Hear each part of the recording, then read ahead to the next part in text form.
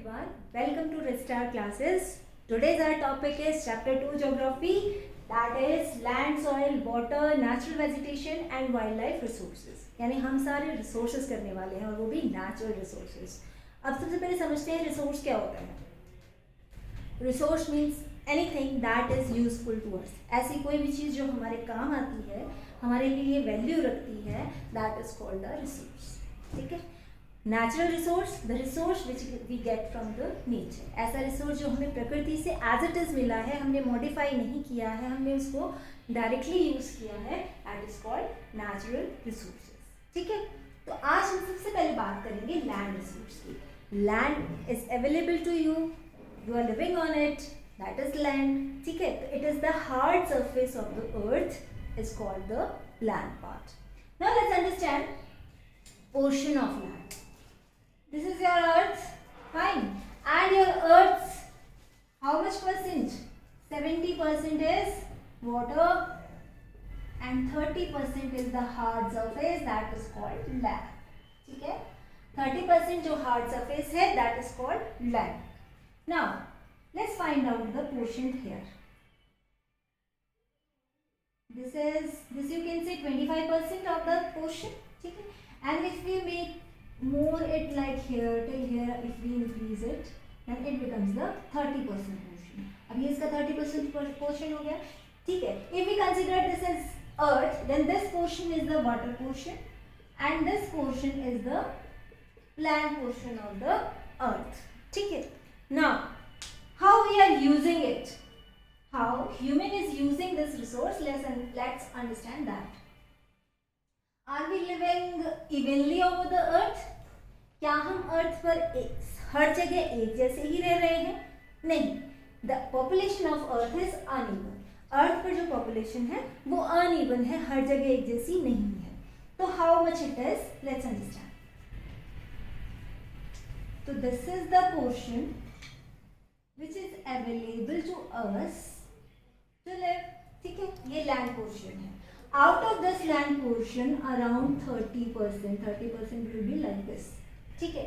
This 30% portion, this 30% portion of earth is habited by 90% of the population. यानी ये जो 30% portion है, out of this total land pool, इस total land से सिर्फ ये जो 30% portion है, that is habited by 90% of the population. 90% population इस 30% portion में reside करती है. ठीक है. And rest 10% resides in this 70% of the land portion. ठीक है. अब बात समझ आ गई कि population जो है वो हर जगह evenly distributed नहीं है. Population is unevenly distributed and how uneven it is, that has been clarified. ठीक है. यानी पूरे लैंड पोर्शन के 30% में 90% पॉपुलेशन रहती है और 70% पोर्शन में सिर्फ 10% पॉपुलेशन रहती है. ठीक है. अब समझते हैं कि why there is uneven distribution of the population. population अलग अलग क्यों है? why everywhere it is not even? क्यों हर जगह इवनली पॉपुलेटेड नहीं है, इवनली जो है ह्यूमन रिजाइड नहीं करता है? तो उसके दो रीजन हैं. One is climate and the other one is land. Means how the land is, जमीन कैसी है, लैंड कैसी है, उस पर डिपेंड करता है. सेकेंडली क्लाइमेट कैसा है, उस पर डिपेंड करता है. If land is not good, that means it is not good for anything. किसी भी काम की नहीं है, कहीं किसी तरह से हम उसको यूज नहीं कर सकते हैं. then there will be less population. if climate is not good, बहुत hot है, डेजर्टी एरिया है, इतनी गर्मी है कि कोई सर्वाइव नहीं कर सकता, then no one will live there. fine. so these are the two factors which make the population uneven, which were responsible for the uneven distribution of the land.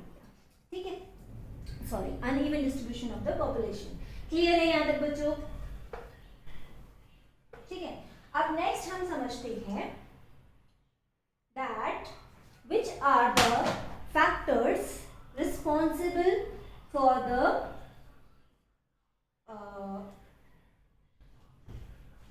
which are the factors responsible for the uneven use of the land. Land का use अलग अलग क्यों होता है? Why there are different patterns of land use? सबसे पहले समझते हैं लैंड यूज क्या होता है. लैंड यूज, ठीक है. लैंड यूज क्या होता है? What is land use? Are you using land? तो आप किस काम के लिए इस्तेमाल करते हैं लैंड? सोचो और आंसर करो. किस काम के लिए आप लैंड को इस्तेमाल करते हैं? You are living on land, you have constructed house on land. Yes, yes, for the construction of house. You are travelling on land, आप एक जगह से दूसरी जगह जा रहे हो, ठीक है. So you have made roads, construction of roads. For transport we are using. और क्या यूज हो सकते हैं? तो whatever the use human is doing that is land use, ठीक है. हम फार्मिंग कर रहे हैं, एग्रीकल्चर कर रहे हैं, या फिर हम एनिमल्स को रेयर कर रहे हैं, तो या हम फिशिंग कर रहे हैं, या हम जो है क्या कर रहे हैं, फॉरेस्ट्रिंग कर रहे हैं. All are called the land use. जो भी ह्यूमन जो है लैंड का इस्तेमाल करता है उसे हम लैंड यूज की कैटेगरी में डालते हैं, ठीक है. फाइन. सो लैंड यूज अलग अलग जगह डिफर क्यों होती है? Why everywhere land is not used in the same way? हर जगह लैंड का इस्तेमाल एक जैसा क्यों नहीं है? तो there are some factors which are responsible for the use of land. The first one is topography.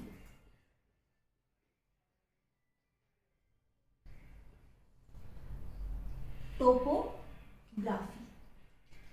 Top of the earth is how? How is the top layer of the earth? Earth की top layer कैसी है? That also determines that how it will be used, है ना? If top layer is very fertile, then it must be used for agriculture or farming purpose, isn't it? Or foresting purpose, isn't it? So, and if the top layer is not plain, will the buildings, huge buildings can be constructed? No. So this determines how we will use the land, है ना. ये बता रहा है हमें कि हमें land को कैसे इस्तेमाल करना है. Second thing is soil. What kind of soil is? Soil कैसी है? अब टोपोग्राफी तो प्लेन है, ठीक है, या फिर माउंटेन एरिया है, वहां पर सॉइल कैसी है? Is it good for growing crops? क्या क्रॉप्स को उगाने के लिए अच्छी है, या फिर बैरन है, या डेजर्टी है? कैसी है सॉइल, ठीक है. Third factor is minerals. What is the availability of minerals? क्या मिनरल्स अवेलेबल हैं? अगर मिनरल्स अवेलेबल है तो आप बताइए मुझे that what will be the use of that land. अगर मिनरल्स अवेलेबल है तो लैंड का यूज कैसा होगा? अगर गोल्ड मिल रहा है जमीन से तो हम क्या करेंगे? माइनिंग करेंगे ना, गोल्ड निकालेंगे ना, है ना. आयरन मिल रहा है तो भी हम उसको एक्सट्रैक्ट करेंगे, पेट्रोल मिल रहा है तो भी एक्सट्रैक्ट करेंगे, डिगिंग करेंगे, माइनिंग करेंगे. तो it will be use for mining purpose, ठीक है. And fourth, and also setup of industries over there. वहाँ पर बहुत ज़्यादा उसके आसपास के एरिया में बहुत ज़्यादा इंडस्ट्रीज सेटअप होंगी क्योंकि मिनरल्स आर अवेलेबल, ठीक है. और फोर्थ अगर हम फैक्टर की बात करें तो climate. Climate also determine the use of land. Climate कैसा है, ठीक है. अगर बहुत विंडी एरिया है तो we can setup wind mill over there, है ना. हम विंड मिल सेटअप कर सकते हैं. अगर बहुत सनी एरिया है, मतलब ज़्यादा टाइम तक जो है सनलाइट एब्जॉर्ब करता है एरिया, तो वहाँ पर हम सोलर पैनल्स यूज़ कर सकते हैं, है ना. या फिर जो है बहुत रेनी एरिया है तो वहाँ पर हम क्या कर सकते हैं, कैसे यूज़ कर सकते हैं? हम डैम्स बना सकते हैं, हम वहाँ पर थर्मल पावर जनरेट कर सकते हैं. तो इट डिपेंड्स कि किस तरह का जो है क्लाइमेट है, तो उसी हिसाब से लैंड का यूज़ होता है. अगर बहुत ही हार्श क्लाइमेट है, बहुत हार्श क्लाइमेट है, तो क्या पॉपुलेशन ज़्यादा होगी वहाँ पर? नहीं, लोग नहीं रहेंगे, लोग कम रहेंगे, यूज़ भी कम होगा, ठीक है. तो climate also determines. Fifth point जो है वो आपका है water. That means availability of water. पानी अवेलेबल है या नहीं है. अगर पानी अवेलेबल नहीं होगा तो humans will not live there, it will be not used. तो also this determines that how the land will be used, ठीक है. And some are human factors. ये तो थे आपके नॉन ह्यूमन फैक्टर्स. अब ह्यूमन फैक्टर्स की बात करें तो population and second is technology. Population कैसे डिटरमाइन करती है लैंड यूज? आप मुझे बताओ दिल्ली में लैंड का क्या इस्तेमाल है? आपने दिल्ली विजिट किया या कोई भी ऐसा सिटी आपने विजिट किया जहाँ पॉपुलेशन बहुत ज़्यादा है, तो वहाँ किस तरह से लैंड का इस्तेमाल होता है? छोटे छोटे घर होते हैं, है ना, लेकिन छोटी छोटी शॉप्स होती हैं, है ना, और मोस्टली जो है क्या होता है, बहुत ही मार्केट वाला एरिया होता है, इंडस्ट्रीज होती हैं, लेकिन फील्ड एरिया कम होता है ना, फील्ड एरिया कम होता है, एग्रीकल्चर कम होता है ऐसे एरियाज़ में जहाँ पर पॉपुलेशन ज़्यादा है। और जहाँ पॉपुलेशन कम है, बहुत खुले एरिया है, वहाँ पर आपको एग्रीकल्चर मिलेगा, फार्म हाउसेज मिलेंगे, एनिमल्स रियरिंग मिलेगी, फॉरेस्ट्री मिलेगी। तो population determines the use of the land, ठीक है। दूसरा है technology. Technology also determines the use of land. अगर कोई देश टेक्निकली एडवांस है ना, अगर हम बात करें अमेरिका की, टेक्निकली एडवांस है, तो वहाँ एग्रीकल्चर करने का तरीका भी अलग है ना। वहाँ पर खेती बड़े बड़े फार्म्स पर होती है और बड़ी बड़ी मशीनों से जल्दी से प्रोडक्शन जो है वो हार्वेस्टिंग कर ली जाती है, ठीक है। तो technology also determines the use of land. अब एक देश जो ज़्यादा टेक्निकली एडवांस नहीं है, वहाँ मशीनरी नहीं है, they will use the natural methods of agriculture and all, they will live in raw houses, ठीक है ना। So technology also determine the land use. So these are the natural factors which are responsible for the land use, and these are human factors which are responsible for the land use. Is this clear? Now let's talk about the type of land. Land can be divided into two types on the basis of ownership, ठीक है, on the basis of ownership. Type of land,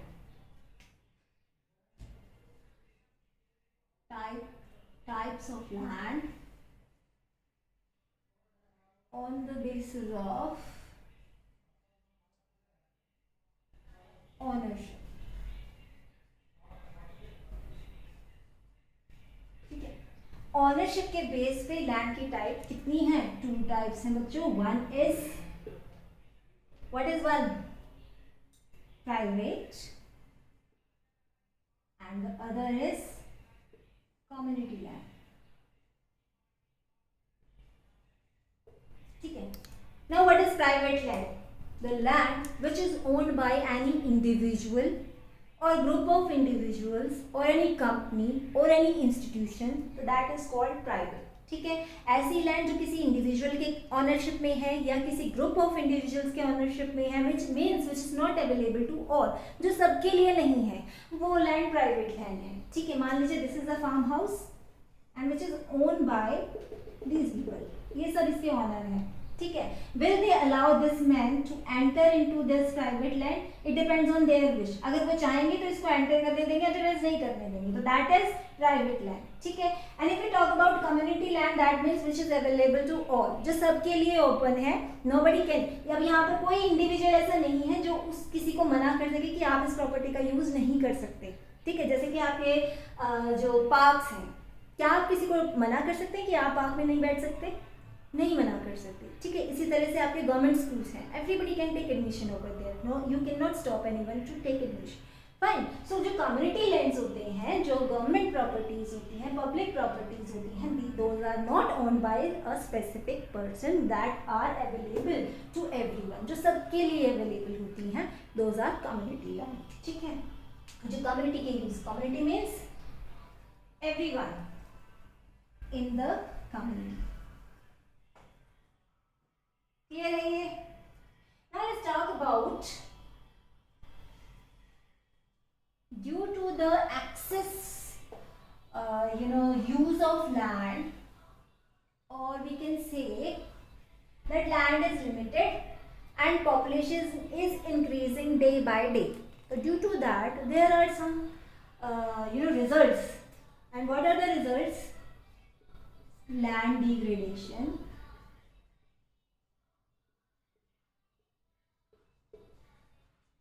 second is land erosion, third is what is third? Landslide, fourth is desertification, ठीक है।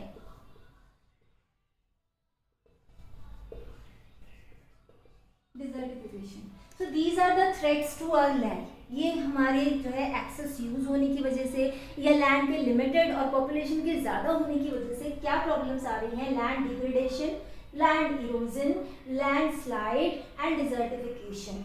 Mostly the reason behind it is cutting of the trees. इन सब के पीछे जो reason है वो main reason जो है वो cutting up of the trees. और हम पेड़ों को क्यों काट रहे हैं? We are cutting them for two purposes, construction of our houses and for agriculture. ठीक है, या तो हमें इंडस्ट्रीज सेटअप करनी है, या हमें घर बनाने हैं, या हमें एग्रीकल्चर करना है। ठीक है, तो we are doing it for the construction purpose और फॉर द एग्रीकल्चर पर्पस। सिर्फ दो ही हमारे पर्पस हैं जिसकी वजह से ये सारी चीज़ें जो हैं वो हो रही हैं। अब इन सबको डिटेल से समझते हैं। Land degradation. Land degradation means the quality of land is being going down.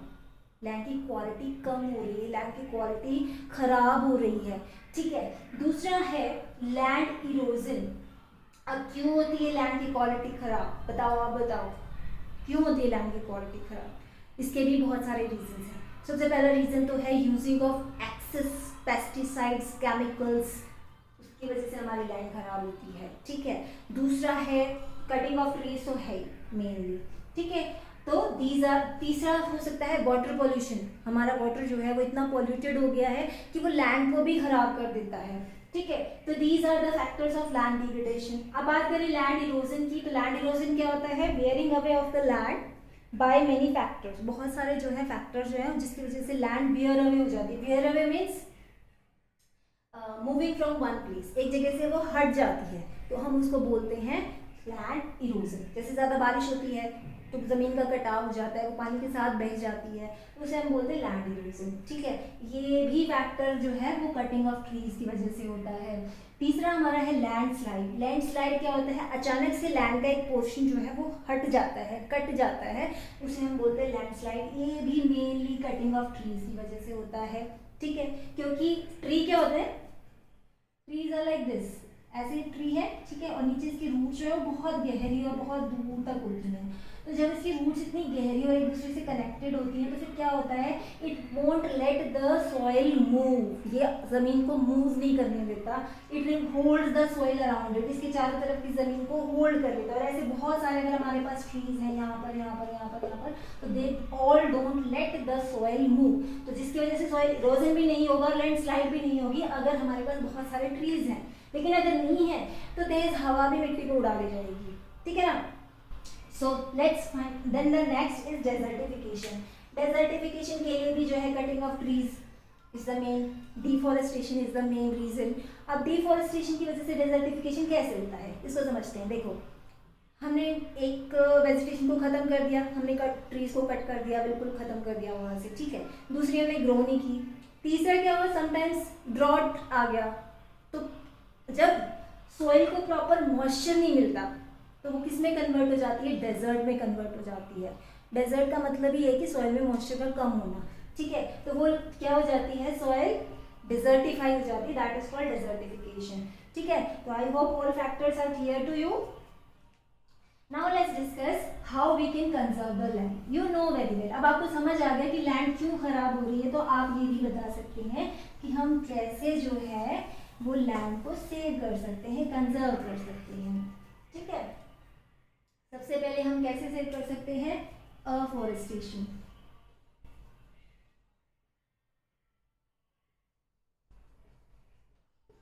Afforestation, ठीक है। Second method, check on overgrazing.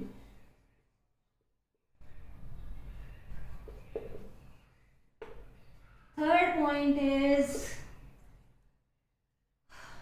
बताइए, चेक ऑन ओवरग्रेजिंग, अफॉरेस्टेशन और क्या हो सकता है? रिक्लेमेशन। हाँ, लैंड रिक्लेमेशन।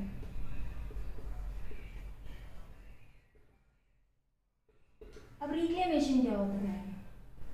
ठीक है, ओके, चलो और लेते हैं। फोर्थ पॉइंट होता है डू नॉट यूज पेस्टिसाइड्स और chemicals